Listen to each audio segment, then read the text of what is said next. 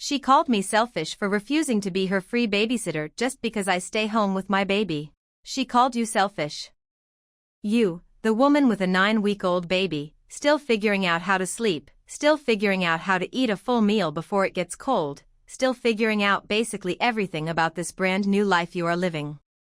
That woman looked you in the eyes and called you selfish for not handing over your afternoons to watch her children for free. And I need you to understand something before we even get into this story. That word, selfish, was not a genuine observation. It was a pressure tactic. It was designed to make you feel small enough to say yes. Let me back up and set the scene here because this one builds slowly and the slow build is exactly what makes it so infuriating. Our narrator is a new mom. She has been in her neighborhood for about a month. She joined a local mommy and me group to find her footing, make some connections, and hopefully find a few friendly faces in a place she does not yet know well. Think about what that actually takes. You are in a home that still feels unfamiliar.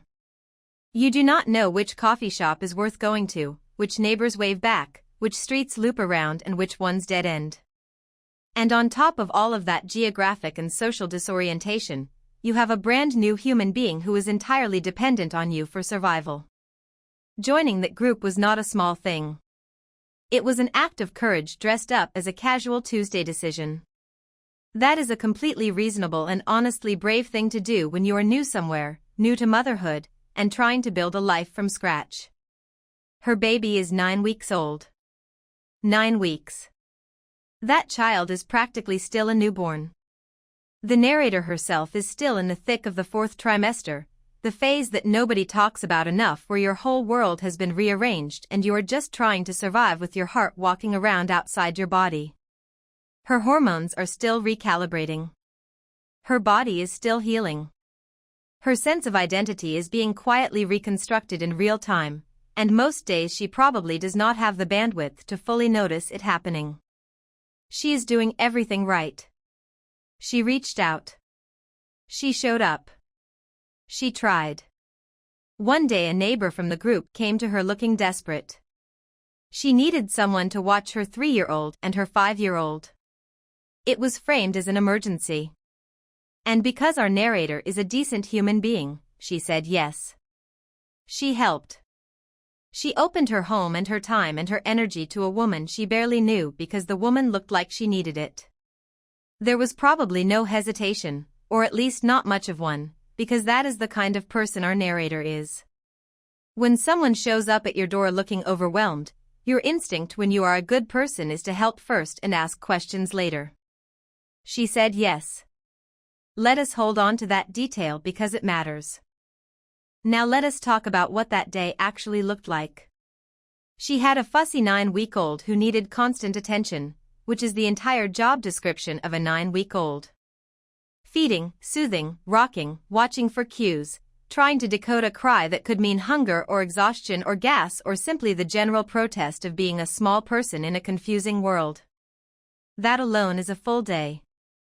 That alone is enough. But layered on top of that, she also had a 3-year-old and a 5-year-old who were, and I am using her words here, rambunctious to say the least. Anyone who has spent time around children that age knows exactly what rambunctious means. It means loud in a way that vibrates in your chest. It means relentless questions and sudden emotional crises over snack preferences. It means nothing stays where you put it and someone is always on the verge of either crying or breaking something, and sometimes both at the same time. It means you cannot sit down without someone needing you to stand back up. It means the moment you get the baby calm, someone in the other room shrieks. She managed all of that for 6 hours. She did it because she agreed to help and she is the kind of person who follows through. She held it together. And when the neighbor finally came to collect her kids, our narrator was genuinely relieved it was over. Relieved in the way that makes you exhale for the first time in hours and realize how tightly you had been holding your own shoulders. And that should have been the end of it. But instead the neighbor came back. Not to say thank you in any meaningful way. Not to show up with dinner or a kind note or even a genuine acknowledgement of what had just been asked and given. She came back to ask our narrator to watch the kids in the afternoons. Plural afternoons. Ongoing. Every week. As if that one grueling day of survival had just been an audition and our narrator had passed and now the position was hers whether she wanted it or not. As if helpfulness, once demonstrated, becomes a contract. As if being good enough to say yes once means you have forfeited the right to say no later. Our narrator said no. And she explained herself clearly and with total reasonableness. She said she is not a full-time babysitter. She said she has no desire to take large amounts of time away from her own child, this 9-week-old baby she is still learning to know, still learning to read, still discovering piece by piece every single day. She said her husband works from home and needs quiet to do his job, which is a real and practical consideration that affects real and practical things like their income and their stability. She said she is a new mother still finding her footing. Every single one of those reasons is legitimate on its own.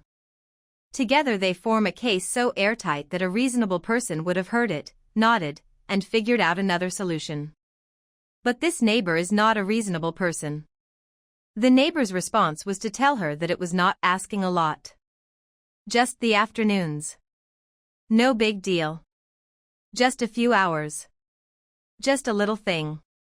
And this is where I want to pause because this rhetorical move is so common and so corrosive and it deserves to be called out directly. Telling someone that what you are asking of them is not a lot is not your call to make. You do not get to determine how much your request costs someone else. You do not live in their body. You do not feel their exhaustion. You do not know the weight of what they are already carrying or how close to the edge of their reserves they are operating. That is for the person being asked to decide, and only for that person. When our narrator said it may not feel like a lot to you but it is a lot to me, that was not her being dramatic or difficult or precious. That was her accurately describing her own life and her own limits and her own reality. That is literally all any of us can do, and it is enough. And then the word came out. Selfish. I cannot stress this enough.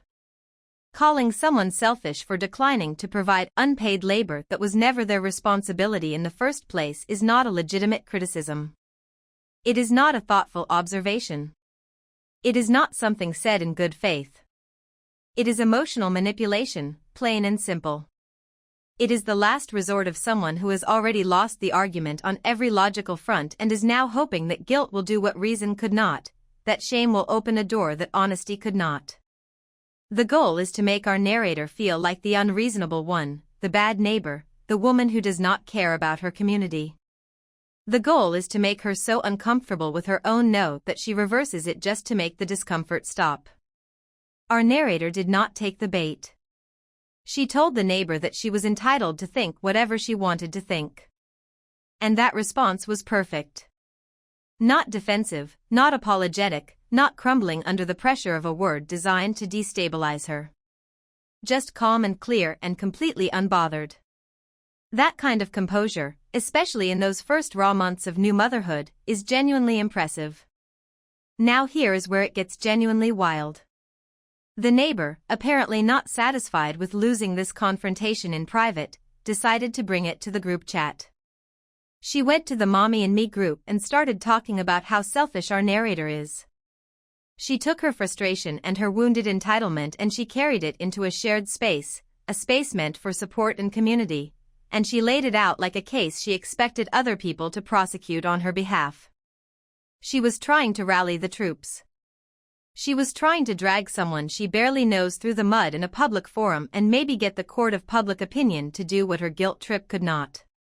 I genuinely cannot decide if this is bold or deeply unhinged, and honestly I think it might be both. There is a particular kind of audacity in losing an argument fairly and then immediately trying to win it by committee. But the group did not play along. One mom asked the neighbor a direct question. Why exactly did she feel it was our narrator's responsibility as a stay-at-home mom to watch her children? Because that framing, the idea that being home with your own child somehow creates an obligation to watch everyone else's children, is the core assumption underneath all of this and it needed to be challenged out loud. It needed someone to say it plainly, to hold it up to the light where everyone could see how little sense it made. And it was. That question hung in the group chat and it did real work. Then something even better happened. Another mom in the group spoke up and said this was not the first time. She told the group that the neighbor had tried this exact same move before. That there had apparently been a previous conversation in which the stay-at-home moms in the group were explicitly told, as a group, that they were not a free childcare resource and that the neighbor needed to make her own arrangements. The words had already been said. The boundary had already been drawn, clearly and collectively. She already knew the answer. She already had the information. She just decided to try again with someone newer, someone fresher, someone who had not yet learned the shape of this particular dynamic. Someone who might not know the group well enough yet to recognize what was happening or feel confident enough to push back. That is not desperation born of a genuine emergency. That is a pattern of behavior from someone who keeps looking for the softest target available. That is not desperation. That is a pattern. The neighbor tried to hold her ground, but the moderator stepped in and suggested it might be time for her to find a different group. And just like that, the boldness evaporated. The whole performance, the righteous indignation, the accusations of selfishness, the attempt to mobilize the community against one woman, all of it collapsed the moment there was a real consequence attached to it. She backed down. She apologized. The moderator reached out to our narrator separately and let her know that if this happened again, the neighbor would be removed entirely. I want to take a moment to appreciate what just happened in that group chat. Because the internet is full of stories where a woman sets a boundary and then gets absolutely steamrolled by people who think being agreeable is the same as being good, who confuse keeping the peace with actually having any. This group did the opposite. They saw what was happening, they recognized the manipulation for exactly what it was, and they backed the right person up without hesitation. Nobody hedged. Nobody suggested our narrator could have handled it differently. Nobody offered a both sides take on whether being a stay-at-home mom comes with community responsibilities. They just saw it clearly and said so. That is what a supportive community actually looks like. And I also want to acknowledge something our narrator shared at the end. A year before this, she was a college student. She was young, she was figuring out her future, she was probably living a life that looked completely different from the one she is living now. Maybe she had roommates and late nights and the kind of freedom that exists before the weight of real adult decisions settles in. And now, 12 months later, she is a wife and a mother in a new part of the country, navigating all of it at once while sleep-deprived and still learning who she is in this new role. She is building something entirely new with very few familiar reference points, and she is doing it without a safety net of old friends nearby or a neighborhood she has had years to settle into. The audacity of someone in that position, someone doing all of that, being called selfish for protecting her time and her peace and her energy for herself and her baby, is genuinely staggering. She was not selfish. She was surviving. And she did it with more grace than most people would have managed. Our narrator is not the asshole. Not even remotely. Let me be direct about this because the verdict here is not complicated. She helped once when asked. She declined when the request became an ongoing expectation. She explained her reasons clearly. She did not yell, she did not attack, she did not go looking for drama. She just said no. And no is a complete sentence that requires no justification, though she gave plenty of them anyway. The neighbor's behavior reveals a very specific kind of entitlement, the kind that is wrapped in the language of community and mutual support but is actually just one person trying to extract from others without offering anything in return. She saw a stay-at-home mom and made a calculation. She assumed that being home meant being available. She assumed that availability was the same as obligation. And when that assumption was rejected, she called it selfishness. That says everything about her and nothing about our narrator.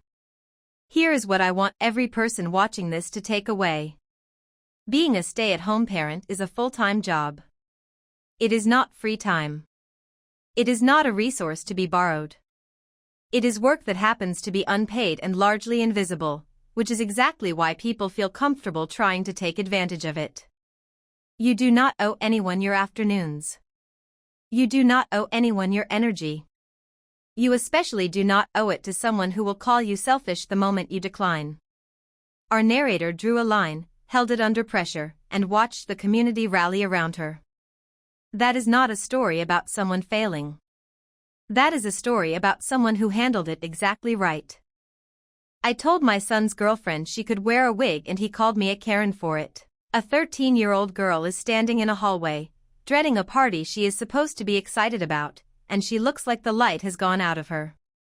That image right there should be enough to stop anyone in their tracks. Something is wrong.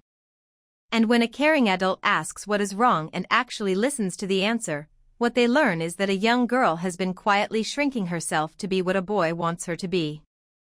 That is the center of this story. Hold that thought. Now let me introduce everyone properly because the context here matters a lot and rushing past it would do the story a disservice. We have a 37-year-old white woman, our narrator, who has a 14-year-old son. The son has his first girlfriend, a 13-year-old African-American girl we are calling Nina. By all accounts, Nina is a wonderful kid.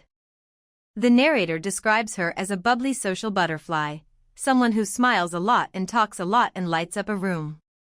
She is the kind of person who walks through a door and the energy in the space shifts because she arrived. That is who Nina is naturally. That is her baseline. So when the narrator starts noticing that Nina seems less confident, less herself, quieter, more careful, more contained, it registers as a meaningful change. The wig is gone. The jewelry is gone. The makeup is gone. And more importantly, the ease is gone. The looseness in her body language, the readiness to laugh, the comfort she used to carry just being in a room. All of it has been slowly dialing down, and the narrator has been watching it happen without yet having a name for what she is seeing. At first, the narrator does not connect all of these changes to each other. She just notices them separately, the way you notice small things without yet understanding that they are part of a pattern. A little quieter one day. A little more self-conscious another. The accessories disappearing one by one like someone is slowly turning down the volume on a person. But then comes the car ride. The narrator is supposed to drive the kids to a party. The son is still upstairs getting ready, taking his time the way teenagers do, completely unaware of what is unfolding below him. Nina is downstairs waiting, standing in the hallway alone, and she does not look like a girl about to go celebrate something. She looks like someone bracing for an ordeal. Her posture is closed. Her eyes are somewhere else. She is holding herself tightly in the way people do when they are trying very hard not to fall apart in front of someone they do not want to worry. So the narrator asks her what is wrong. And Nina tells her. She says she does not feel pretty. She is getting used to showing her natural hair, and the word she uses is getting used to, which tells you everything. She is not there yet. She is in the uncomfortable in-between place of learning to feel okay in something she was not ready for. And when the narrator asks why she is doing something that makes her uncomfortable, Nina says it is because her son thinks she looks cooler this way. Oh. Oh no. Let that land for a second. A 13-year-old girl is changing the way she presents herself, abandoning things that made her feel confident and beautiful and herself, because a boy told her he preferred this version. Not because she woke up one morning and decided she wanted to try something new. Not because she was on her own journey of self-discovery and experimenting with her look. But because someone else expressed a preference and she quietly rearranged herself around it. She is doing it even though she is not comfortable with it yet. She is performing someone else's preference at the cost of her own confidence, standing in a hallway before a party, unable to summon the version of herself that knows how to have fun. And she is 13 years old. That is heartbreaking. The narrator responds from a place of genuine empathy. She does not panic. She does not immediately go upstairs and confront her son. She stays right there in that hallway with Nina and she meets her where she is. She tells Nina that she used to do things to impress boys when she was Nina's age too. That is an important move. She is not positioning herself above Nina or lecturing her from some place of superior wisdom. She is sitting beside her in the experience and saying, I know this feeling, I have been here, you are not alone in this. She tells her she is allowed to wear a wig even if her son does not want her to. It is a simple statement of permission. You are allowed to be yourself. Your preferences matter.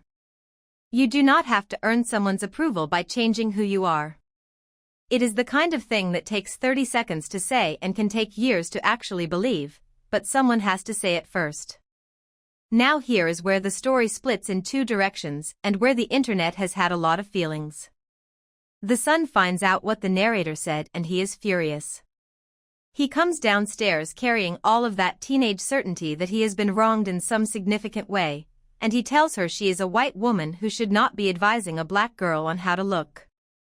He calls her an overbearing mom and a Karen. And the narrator is genuinely shocked because she has never seen him this angry before. This is not the version of her son she is used to, and that alone makes the moment disorienting and painful on top of everything else. Here is where I want to think carefully because this story has real layers. The son is not entirely wrong to feel protective of Nina's identity and her experience as a black girl in a world where black hair has a long and painful political history. The relationship between black women and their hair is not a trivial thing. It carries generations of meaning and weight and struggle that a white woman stepping into that conversation without awareness could genuinely cause harm with, even with the best intentions. He is not wrong to be aware that a white adult stepping into that space can feel presumptuous or uninformed. His awareness of race and its complexities at 14 years old is honestly something worth acknowledging. He has clearly been paying attention to the world around him, absorbing its history and its tensions, and that matters. But here is where the son's argument breaks down completely. The problem the narrator was addressing was not about hair. Not really. It was about a young girl changing herself to please someone else at the cost of her own comfort and confidence. That is a concern that belongs to every adult who cares about a young person regardless of race. If Nina had been any other ethnicity and was making herself uncomfortable to please a boy, the appropriate response from a caring adult would still be to say, hey, you are allowed to be yourself. The message the narrator delivered was not about hair. It was about autonomy. The narrator was not telling Nina how to look. She was telling Nina that she gets to decide how she looks. That is a fundamentally different thing, and it is the thing the son missed in his anger. And I want to say something about that anger too. The son used the word Karen. That word has a specific and legitimate meaning. It refers to a white woman who weaponizes her position or calls for authority in ways that harm people of color. What the narrator did was the opposite of that.